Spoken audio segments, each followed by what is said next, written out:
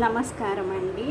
మన ఇంట్లో ఎప్పుడూ కూడా ధనము ప్రవహిస్తూ ఉండాలి అంటే మన ఇంట్లో నిరంతరము కూడా బియ్యము, చక్కెర మరియు ఉప్పు ఎప్పుడూ కూడా స్టాక్ పెట్టుకొని ఉండాలన్నమాట. కొంతమంది అయిపోయిన తర్వాతనో అయిపోయే ముందో తీసుకుంటారు. అలా కాకుండా మనము ముందుగానే స్టాక్ చేసి పెట్టుకోవడం వల్ల మన ఇంట్లో ధనము ఎప్పుడూ కూడా ప్రవహిస్తూ ఉంటుంది. నాకు గుర్తుంది, మా మదర్ మా ఇంటికి చాలామంది వస్తుంటారు కాబట్టి మా ఇంట్లో ఎప్పుడు కూడా 8 bags of rice, Toor dal half bag ఎప్పుడు కూడా ఉండేదన్నమాట.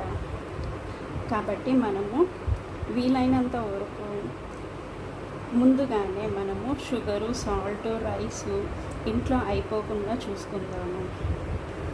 దానివల్ల మన ఇంట్లో సమృద్ధి